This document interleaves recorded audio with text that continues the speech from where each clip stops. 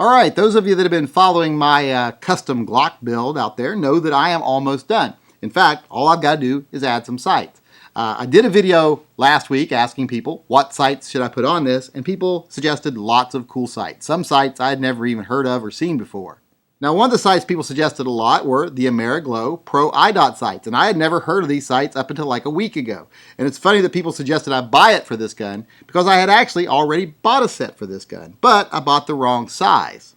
I accidentally bought the ones for the larger frame Glocks, the 10 millimeters, the 45s, etc. And you know, once I got them, I liked them so much and they were such a bargain that I didn't want to send them back. So I went out and got a Lone Wolf slide here and barrel that I could actually put them on. So now I got to get a frame for these. Hopefully it'll come tomorrow and I'll get this gun put together. But because I bought the wrong sights, now I'm going to have another gun. But you know, I guess there are worse problems in the world than that. But since I already got those for my other gun and I'm trying those out now, I decided I was going to go with this type of sight that a lot of people suggested, and I actually do have on one of my other Glocks that I like a lot. That's the TrueGlow TFOs, the tritium fiber optic sights. These are awesome. I have it on one of my other guns and I really like it, so I know I'm going to like it on this one too. This time though, I did get the two-tone ones, the ones that have the yellow back and the green front. Stone Guy 223 has these ones. I have all green ones on my other gun. He said his were like this, so I'm going to try these ones this time. If you're not familiar with these, they're pretty daggone awesome. They're a combination of tritium and fiber optics. They have the fiber optics here with the opening, and they have tritium inserts behind them.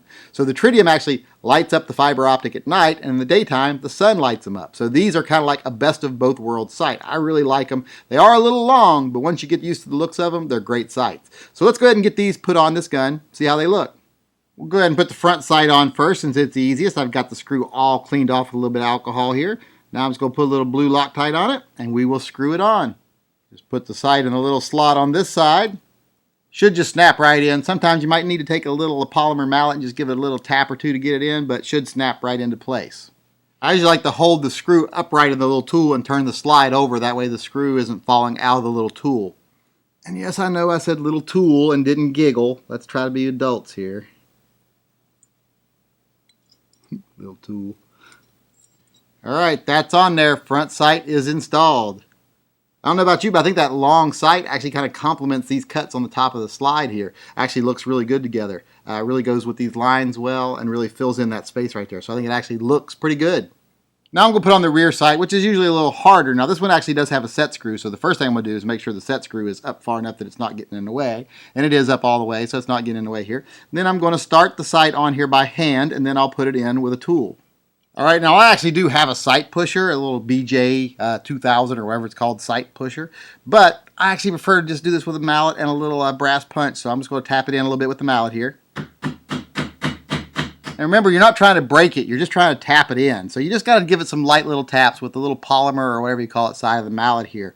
A lot of people say, oh, you can't tap these, they'll break. If your sights can't hold up to a little bit of tapping in, then they can't hold up to being fired. So get new sights.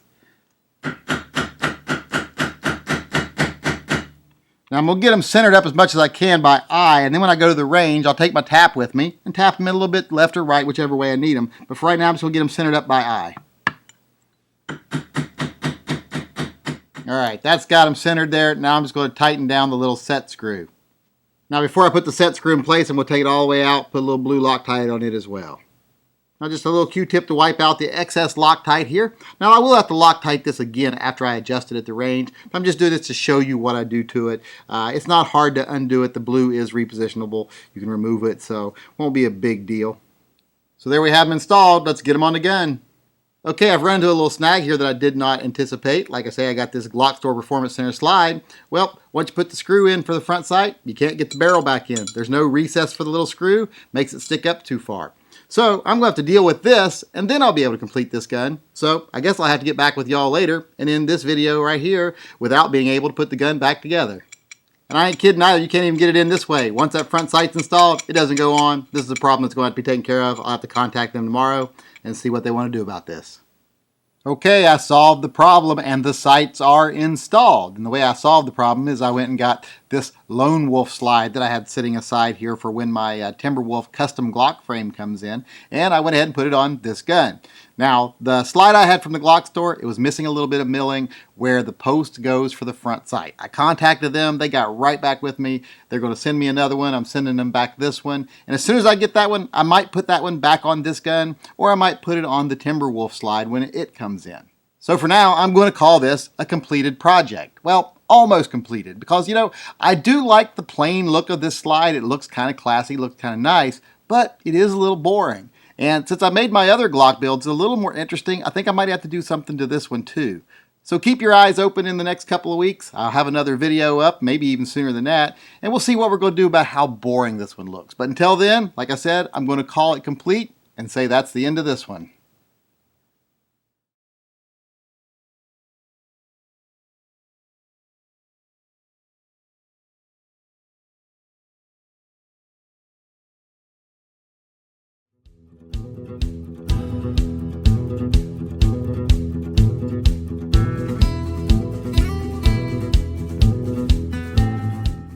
You ain't even my real dad.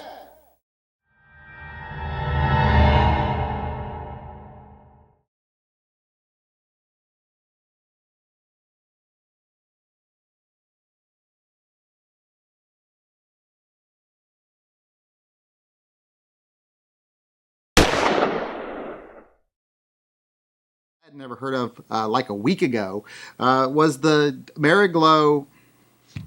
Motherfucker, why can't I fucking talk? God damn it. Can't say the simplest fucking words. All right, those of you out there that... No, that was a little too enthusiastic.